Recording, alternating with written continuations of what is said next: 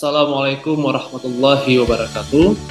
Perkenalkan, nama saya Muhammad Arfi Syahrin, dosen tetap program studi Hukum Keimigrasian Politeknik Imigrasi. Pada kesempatan kali ini, saya akan menjelaskan teknik pengajaran dengan metode DIA, Delivery, Interaction, and Assessment, pada salah satu mata kuliah yang saya ampu, yaitu mata kuliah Metode dan Teknik Penelitian Keimigrasian dengan bobot 3 SKS.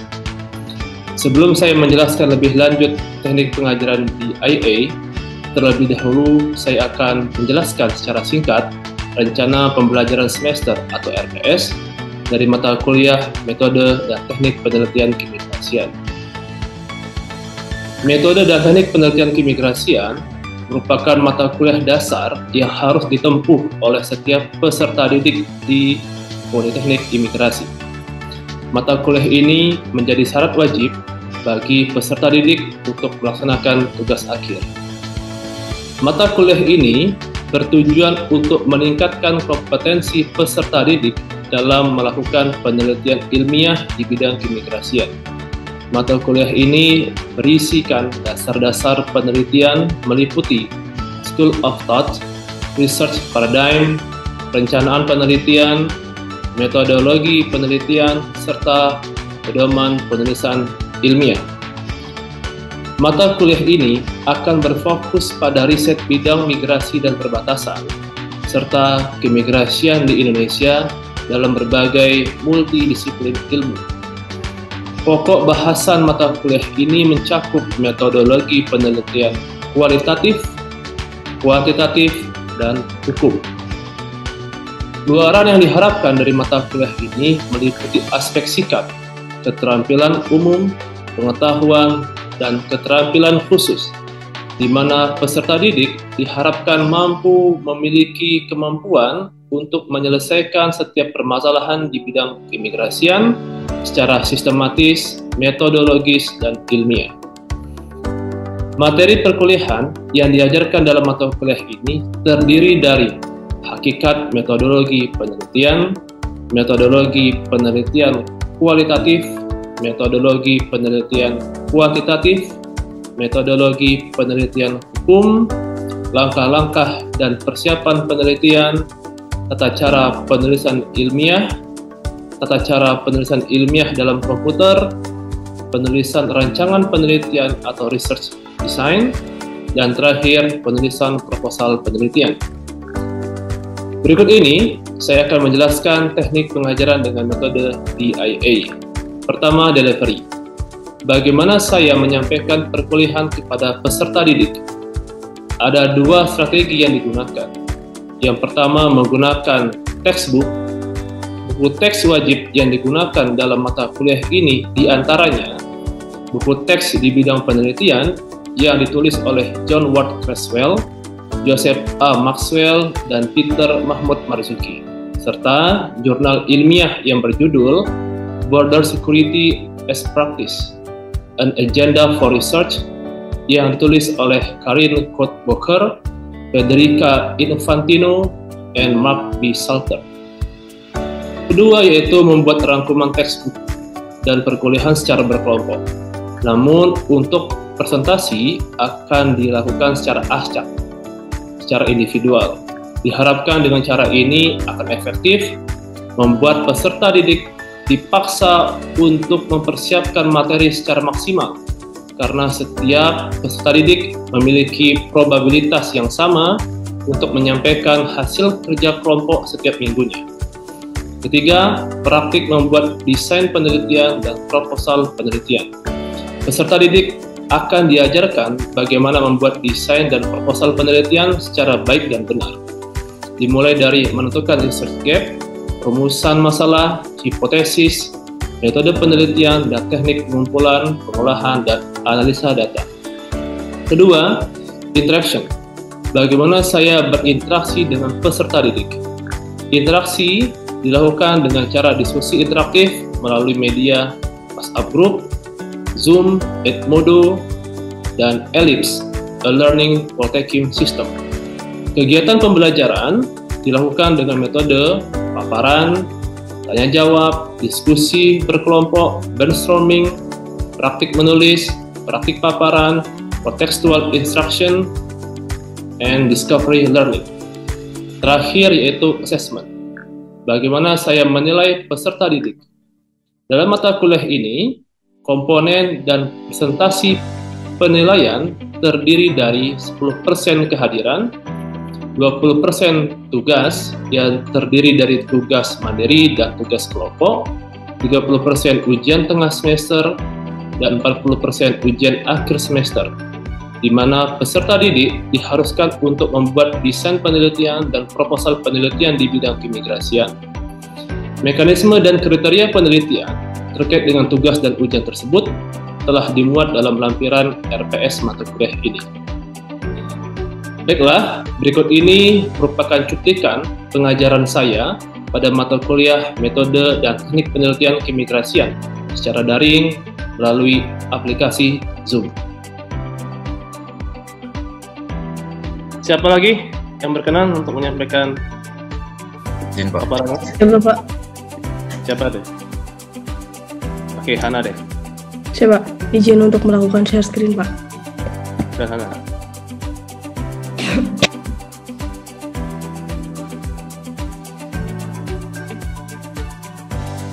Sebelumnya, terima kasih Bapak atas kesempatannya. Assalamualaikum warahmatullahi wabarakatuh. Selamat pagi, Bapak Alfi dan rekan-rekan. Izinkan saya untuk melakukan paparan terkait dengan topik judul skripsi yang akan saya ajukan. Adapun judul skripsi yang ingin saya ajukan yakni terkait dengan pekerja migran Indonesia atau tepatnya membangun budaya hukum keimigrasian pada pekerja migran Indonesia dalam kaitannya dengan mencegah permasalahan keimigrasian yang menimpa pekerja migran Indonesia. Studi kasus di Desa Migran Kabupaten Ponorogo. Yang menjadi latar belakang saya dalam melakukan penelitian ini, yang pertama, Kabupaten Ponorogo tempat saya tinggal merupakan salah satu wilayah di Jawa Timur yang menjadi kantong-kantong pekerja migran Indonesia. Data dari Disnaker terakhir yang saya dapatkan bahwa PMI di Ponorogo mencapai 40.000 orang yang tersebar di berbagai belahan dunia. Jumlah tersebut didominasi oleh kaum perempuan. Para PMI ini di luar negeri banyak menemui berbagai permasalahan keimigrasian, baik permasalahan keimigrasian yang ditemui saat akan berangkat maupun saat berada di luar negeri. Selanjutnya, beragam permasalahan keimigrasian tersebut ternyata tidak terakomodir dan menjadi berulang. Hal ini memengaruhi kehidupan PMI-PMI di luar negeri. Selanjutnya, para PMI yang akan bekerja di luar negeri pun tidak memiliki pemahaman yang baik, utamanya terkait keimigrasian yang mencakup banyak ranah. Perlu kita tekankan bahwasannya keimigrasian pada dasarnya bukan hanya sebatas keluar masuk wilayah Indonesia, namun juga terkait dengan dokumen perjalanan, visa atau izin tinggal yang digunakan, kehidupan di luar negeri, serta perlintasan baik di perbatasan negara maupun di negara yang dituju. Permasalahan keimigrasian tersebut bertalian erat dengan permasalahan ketenaga kerjaan luar negeri yang berkoherensi dengan izin tinggal atau visa yang digunakan oleh PMI. Di lapangan pun, saya mendapatkan beberapa data bahwasannya banyak ditemui permasalahan saat pembuatan paspor bagi para PMI-PMI yang berada di desa-desa, yakni saat mereka membuat paspor, banyak umur dan data diri PMI yang dipalsukan. Selanjutnya, saat keberangkatan, banyak data yang diubah di negara tujuan, paspor disita oleh majikan, dan banyak lagi permasalahan lainnya. Dari sini, saya menggarisbawahi bahwasannya PMI-PMI di Ponorogo ini memiliki karakter tersendiri dalam memahami keimigrasian di Indonesia dan di luar negeri. Oleh sebab itu, saya melakukan penelitian ini dengan dua rumusan masalah. Yang pertama, bagaimana persepsi PMI asal Ponorogo saat menemui permasalahan keimigrasian yang dialami di Indonesia dan di negara tempat bekerja. Lalu yang kedua, bagaimana konstruksi budaya hukum keimigrasian yang dapat dibangun terhadap PMI yang bekerja di luar negeri tersebut. Dari rumusan masalah tersebut, ditarik 3 tujuan utama. Yang pertama, penelitian ini bertujuan untuk menganalisa bagaimana persepsi PMI terhadap budaya hukum keimigrasian di Indonesia dan di luar negeri. Yang kedua, untuk mengidentifikasi konstruksi budaya hukum keimigrasian yang dapat dibangun terhadap PMI yang akan bekerja ke luar negeri. Dan yang terakhir, untuk memberikan edukasi dan tindakan preventif dalam rangka mengurangi permasalahan keimigrasian yang timbul oleh PMI di luar negeri. Adapun manfaatnya, secara teoritis, hasil penelitian ini diharapkan dapat memberikan gambaran umum terkait persepsi PMI terhadap permasalahan keimigrasian yang ditemui dan untuk memberikan rekomendasi pada institusi atau lembaga mengenai konstruksi budaya hukum yang tepat untuk dibangun terhadap PMI yang akan berangkat ke luar negeri, sehingga dapat ikut serta meminimalisir adanya permasalahan keimigrasian yang menyangkut pada pekerja migran Indonesia. Secara praktis, bagi lembaga, hasil dari penelitian ini dapat meningkatkan kerjasama antar lembaga serta dijadikan acuan untuk memberikan edukasi terhadap calon PMI maupun bagi ex-PMI Indonesia. Terakhir, bagi penelitian, hasil penelitian ini diharapkan dapat memberikan pengetahuan dan wawasan kepada masyarakat yang ingin menjadi PMI. Adapun landasan teori yang saya gunakan, menggunakan 3 landasan teori sistem hukum, teori budaya hukum, dan teori fenomenologi. Metode penelitian yang saya gunakan menggunakan metode penelitian kajian sosiolegal dan analisis kualitatif. Adapun untuk pembanding dari penelitian ini, yang pertama saya menggunakan jurnal yang ditulis oleh Dewi Rahmi Ningsih Nugroho dari Kejaksaan Agung Republik Indonesia yang menulis tentang budaya hukum persidangan virtual. Dan yang kedua, saya menggunakan acuan skripsi senior AIM 20, senior Rian Agustanto, yang membahas tentang peningkatan fungsi keimigrasian melalui kerjasama dengan BP2MI untuk mengurangi pekerja migran Indonesia. Adapun kedua penelitian terdahulu ini saling berkoherensi dengan penelitian yang akan saya gunakan sehingga saya jadikan rujukan penelitian ini. Sekian paparan dari saya, mohon izin koreksi dan bimbingannya Bapak. Siap, terima kasih. Terima kasih Hana. Baik, bagus sekali Hana. Kembali ke slide pertama Hana.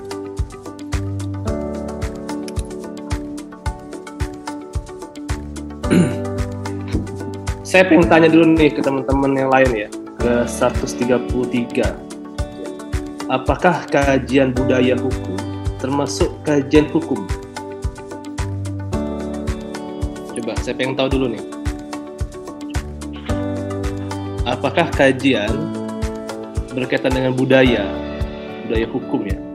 Apakah itu masuk ke domain penelitian hukum? Silakan yang mau berkomentar. Izin Pak, izin jawab Pak. Siapa ini? Si Fariza ya? Fariza Pak. Oke, silakan Fariza. Izin dari pemahaman saya, untuk kajian yang Anda bahas ini menurut saya masuk ke ranah sosiolegal Pak, dan itu masuk ke ranah hukum Pak. Mohon izin koreksinya Pak. Terima kasih. Oke, itu jawaban Fariza. Ada jawaban lagi nggak yang lain? Silakan. Siap, izin menjawab Pak. Silakan Tafin. Siap, izin menurut saya pada kajian analisis spesifiknya budaya hukum sendiri termasuk pada kajian hukum Pak, karena di situ mungkin bisa direkomendasikan penegakan hukum atau rekomendasi hukum yang nantinya bisa disarankan oleh penulis atau peneliti sebagaimana yang diungkapkan oleh ahli Lawrence Sternfield sendiri Pak. Siap. Baik, terima kasih Takin dan Fariza. Ya, ini yang saya harapkan teman-teman sekalian ya. Buatlah kajian itu yang berbeda dari yang lain. Ya, selama saya kerja di imigrasi dan hampir 5 tahun saya sebagai dosen, saya berkali nih melihat Taruna mengambil topik tentang budaya hukum. Tidak banyak. Ya, memang tidak banyak yang punya keinginan meneliti tentang budaya hukum. Ya. Dan yang perlu kalian ketahui bahwa budaya hukum itu masuk ke kajian hukum, masuk ke aspek penelitian hukum dia, penelitian hukum empirik. Ya, betul tadi Takin bilang. Ya, tadi kan si Fariza bilang sosiolegal, betul. Ya, Takin menambahkan ada teorinya Lawrence M. Friedman. Ya, teori sistem hukum. Ya, ada 4. Ada legal structure, legal substance, dan legal culture, serta legal impact sebenarnya. Ada 4, tapi yang kalian kenal kan 3. Structure, substance, sama culture. Itu ya. Nah, kemudian teori Friedman ini diturunkan ke teorinya siapa? Surjono Sukanto. Jadi Surjono Sukanto itu mengadopsi dari teorinya Friedman. Nah, Surjono Sukanto membagi lagi menjadi 5 kan, aspek-aspek penegakan hukum atau aspek-aspek efektivitas hukum. Pertama, aparat. Pertama hukumnya sendiri. Yang kedua, aparat. Ya, yang ketiga sarpras. Yang keempat, masyarakat, dan kelima budaya. Nah, jadi intinya teman-teman sekalian, diskusi tentang hukum itu tidak melulu bicara masalah regulasi. Ya, tidak melulu bicara masalah aparat, struktur, lembaga, institusi. Tidak selalu bicara masalah sarpras, tapi di dalamnya juga ada masalah budaya. Nah, ini bagus nih Hana nih, ya. Kajiannya bagus. Ya. Nanti Hana betul tadi pakai teorinya Friedman, ya, teorinya siapa lagi tadi? Teorinya fenomenologi, ya. Nah, saya sarankan tadi Hana satu lagi teorinya Roscoe, ya, Law as Social of Engineering, ya, atau teorinya Mukhtar Kusbatmaja, teori hukum pembangunan, gitu. Nah, Hana juga nanti perlu juga membaca ini Hana. Ini saya share screen dulu Hana. Coba saya mau share screen dulu Hana. Nih, ya, ada artikel bagus nih Hana, ya, artikel bagus di Google Scholar saya dapatkan, ya, budaya hukum dan pengaruhnya terhadap penegakan hukum di Indonesia. Nanti Hana bisa menjadikan artikel ini sebagai apa ya? Sebagai kerangka pikir gitu loh. Konsep-konsep budaya hukum itu yang seperti apa? Ya. Nah, ini kan. Nah, ini kan Friedman nih. Ya, ini kan Friedman bilang nih, legal substance, legal structure, legal culture. 3 kan yang banyak dikenal orang, tapi ada satu lagi sebenarnya, legal impact. Ya, dampak hukum. Nah, kemudian itu kan dipakai oleh si Sujono Sukanto nih, ya, Sujono Sukanto, ya, faktor hukumnya, penegak hukum, aparat, sarpras, masyarakat dan budaya. Nah, jadi teman-teman sekalian, budaya hukum itu masuk ke kajian hukum sebenarnya, ya, itu. Nah, nanti Hana juga bisa melihat dari sini Hana. Nah, ini, ya. Nanti Hana juga bisa melihat dari gejala-gejala sosialnya seperti apa. Karena kan fokusnya kan ke PMI kan, ya, ke PMI yang ada di wilayah kerja Kabupaten Ponorogo. Nanti Hana lihat tuh gejala sosialnya seperti apa, ya, perilaku sosialnya seperti apa, ya, itu. Nanti Hana rekam itu, Hana pindahkan ke tulisan. Nih, ada kultur masyarakat, partisipasi masyarakat, ya. Apakah ada di situ peran dari masyarakat sehingga meningkatnya jumlah PMI non prosedural di wilayah Kabupaten Ponorogo. Nanti Hana ungkap itu, ya, apakah betul karena individu atau karena dorongan komponen-komponen masyarakat di wilayah tersebut. Misalnya ada penghargaan atau penghormatan jika ada 1 atau 2 orang yang bisa menjadi PMI, maka status sosialnya tinggi gitu loh. Ini kan perlu diungkap Hana. Lalu kemudian Hana kaitkan dengan aspek-aspek keimigrasian. Nah, peran keimigrasian apa dalam mencegah itu? Ya, tentu dengan upaya-upaya preventif. Banyak preventif itu, bisa dengan penyuluhan hukum, ya, bisa dengan membuat regulasi mencegah mereka gitu ya. Oke, ini tadi nih.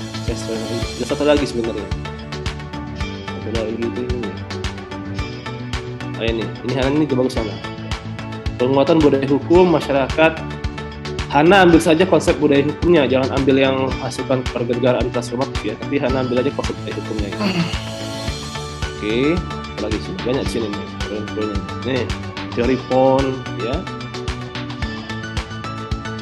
Nah, bahkan menurut Friedman Hana ya, budaya hukum lah yang mendahului 2 unsur lainnya. Jadi ada struktur, ada substansi hukum, dan budaya. Bahkan menurut Friedman, seharusnya budaya hukum itu melampaui 2 yang sebelumnya gitu loh. Jadi budaya hukum itu di atas struktur dan di atas substansi. Nah, ini menarik Hana nih. Silakan diteliti Hana, bagus sekali. Saya tunggu nanti apa novelty-nya. Siap Bapak. Oke. Bagus sekali, bagus. Ada lagi yang lain, kan? Siap, izin Pak. Siapa itu? Siap, izin Pak. Oke, Wahyu, silakan Wahyu. Siap Pak.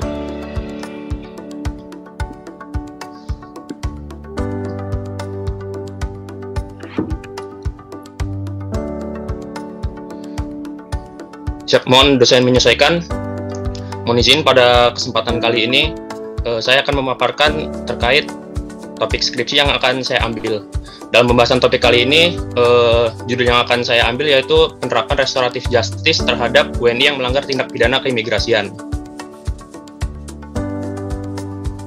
Hal-hal yang menjadi latar belakang dalam pengambilan topik saya kali ini antara lain seperti contoh di Kanim Surakarta masih banyaknya masyarakat pada wilayah hukum Kanim Surakarta yang masih awam dengan hukum keimigrasian, sehingga berbagai bentuk pelanggaran seperti pada pasal 126 huruf C Undang-Undang Nomor 6 2011 tidak diterapkan, namun hanya diberikan kebijakan untuk tidak perlu diproses. Misalnya dalam prakteknya di Kanim Surakarta masih banyak masyarakat yang masih menganggap bahwa hukum keimigrasian ini tidak penting, karena di sana masih banyaknya juga masyarakat yang tingkat pendidikannya masih minim. Seperti contoh misalkan pada masyarakat yang melaksanakan jihad haji, pada prakteknya di sana banyak masyarakat yang mengurus paspor tersebut melalui agen, sehingga saat ada orang yang sempat pernah punya paspor ingin melakukan penggantian paspor, yang bersangkutan pada saat di kantor imigrasi mengaku belum memiliki paspor, namun pada saat diperiksa di sistem ternyata yang bersangkutan pernah memiliki paspor. Hal tersebut terjadi karena masih banyaknya masyarakat yang awam dengan ketentuan-ketentuan atau aturan-aturan hukum dalam pembuatan paspor. Jadi selain itu juga adanya ucapan dari mantan Direktur Jenderal Imigrasi Kemenkumham, Bapak Roni Franky Sompi, bahwa sudah saatnya Indonesia mulai menerapkan konsep restoratif justice dalam penegakan hukum, karena penerapan tersebut terbukti mampu mengurangi beban penjara dan juga memberikan kemanfaatan hukum yang lebih baik bagi masyarakat. Hal ini saya kutip dari Bappenas News sebagai yang nanti juga akan saya kutip sebagai data sekunder.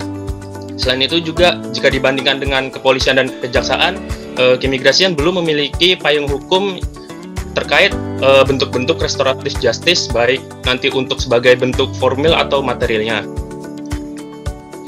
Rumusan masalah yang akan saya bahas antara lain mengapa restoratif justice pada tindak pidana keimigrasian dirasa penting, dan juga bagaimana bentuk penerapan restoratif justice pada tindak pidana keimigrasian tersebut nanti akan diimplementasikannya.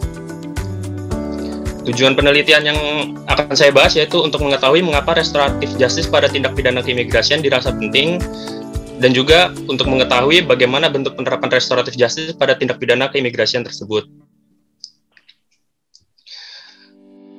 Setelah saya melakukan pencarian terkait topik yang sudah pernah membahas terkait restoratif justice, beberapa penulisan yang saya temukan antara lain seperti ada tulisan dari Bapak Alfi yaitu terkait penerapan prinsip keadilan restoratif dalam sistem peradilan pidana terpadu, dan juga dari jurnal dari Kuat Puji Prayitno terkait restoratif justice untuk peradilan di Indonesia.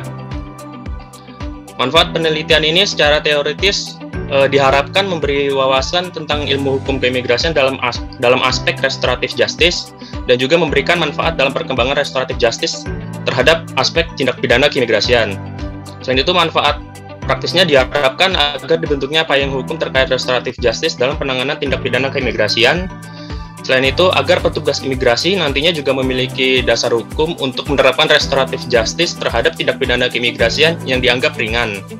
Selain itu, untuk mencegah adanya berbagai bentuk gugatan hukum jika ada petugas imigrasi memberikan kebijakan di luar ketentuan yang ada. Demikian pemaparan terkait topik permasalahan yang akan saya ambil. Siap, terima kasih Pak. Oke, terima kasih Wahyu. Ini juga topik baru ya, topik restoratif justice. Apa yang Wahyu pahami berkaitan dengan konsep RJ ini?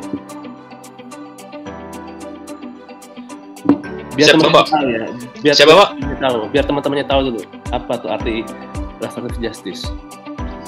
Siap, restoratif justice merupakan suatu peradilan terhadap suatu kejahatan tanpa melalui proses peradilan, Pak. Jadi untuk pemenuhan rasa keadilan baik antara pihak yang dirugikan dan juga pihak tersangkanya, Pak. Siap, terima kasih, Pak. Oke, betul ya teman-teman sekalian ya. Jadi jika itu jangan sampai kuper tuh teman-teman orang imigrasi nggak tahu arti restoratif justice ya. Walaupun ini populer sekarang kan di kalangan pidana umum ya. Kayak kejaksaan kan kemarin kan dia mencuri ya karena kebutuhan ekonomi gitu kan, kemudian kejaksaannya melakukan pendekatan RJ, restoratif justice, itu bisa ya. Jadi ini adalah proses penyelesaian perkara pidana di luar proses peradilan, ya, di luar proses peradilan yang menitikberatkan kepada kepentingan keseimbangan pelaku dan korban. Nah, kalau di tindak pidana umum kan ini lazim ya, Wahyu ya, kayak pencurian, ya, kayak masalah penghinaan 310 KUHP, kemudian kayak apa lagi ya, beberapa tindak pidana lah, itu bisa diterapkan RJ ini. Nah, kalau di keimigrasian seperti apa konsepnya nanti, Wahyu? Siap izin Pak, jika dibandingkan dengan peraturan Kapolri Pak, jika di peraturan Kapolri itu kan dia nanti ada unsur-unsur apa namanya formilnya Pak, unsur formilnya misalkan orang tersebut belum pernah melakukan kejahatan atau kejahatan tersebut tidak berdampak besar pada masyarakat Pak. Jadi nanti arahnya ini akan apa namanya dibuat juga Pak, apa namanya unsur-unsur seperti apa pada tindak pidana keimigrasian ini yang bisa diterapkan dengan restoratif justice-nya Pak. Siap, terima kasih Pak. Bagus sekali Wahyu, ini bagus nih, ini temuan luar biasa nih ya. Jadi kamu memudahkan nanti teman-teman di lapangan ya, teman-teman penyidik ya, untuk mengkategorikan mana pasal-pasal yang sebenarnya tidak perlu ya diangkat ke penyidikan, itu bisa diselesaikan melalui RJ. Nah, menurut observasi kamu sampai sekarang nih ya, pasal-pasal apa saja yang bisa dilakukan RJ? Saya izin Pak, untuk sementara pasal 126 huruf C dan juga pasal 113 Pak. Saya terima kasih Pak. 126 huruf C itu tentang ini ya, tentang apa keterangan tidak benar ya? Ya Pak. Oke, kalau itu masih bisa lah di-RJ-kan. Nah, tapi kan ada aspek-aspek menjadi pertimbangan formil tadi kan yang dibilang oleh yang dinyatakan di Perkapolri ya. Siap Pak. Oke. Nah, kalau 113 apa pertimbangannya? Yang bisa mengkategorikan itu bisa di-RJ-kan? Siap, mohon izin Pak. Waktu itu di Kanwil Surakarta saya sempat berbincang dengan Kasih Intelijen yang bersangkutan bercerita bahwa sebenarnya untuk 113 ini sebenarnya jika diterapkan RJ ini bisa saja, namun harus dilihat kasusnya dulu Pak. Jadi yang bersangkutan ini menceritakan ke saya bahwa pada prakteknya yang bersangkutan pernah menemukan kejadian orang ini, dia ini merupakan korban dari TPPO Pak, perdagangan orang Pak. Jadi dia ini kan menjadi korban perdagangan orang, yang bersangkutan ini tidak punya dokumen keimigrasian Pak. Jadi orangnya ini, dia ini niatnya ini kabur kembali ke Indonesia Pak. Jadi yang bersangkutan ini kan tidak punya dokumen perjalanan. Yang bersangkutan ini terpaksa lebih memilih jalur tikus dibandingkan melewati TPI dengan alasan ingin ke rumah, dan juga dia ini tidak punya dokumen perjalanan Pak. Jadi yang bersangkutan berpikir daripada TPI nggak punya dokumen perjalanan ditangkap, lebih baik saya lewat jalur tikus. Seperti itu Pak, saya dijelaskan ya. Demikian yang dapat saya sampaikan dalam kesempatan ini. Semoga bermanfaat. Wassalamualaikum warahmatullahi wabarakatuh.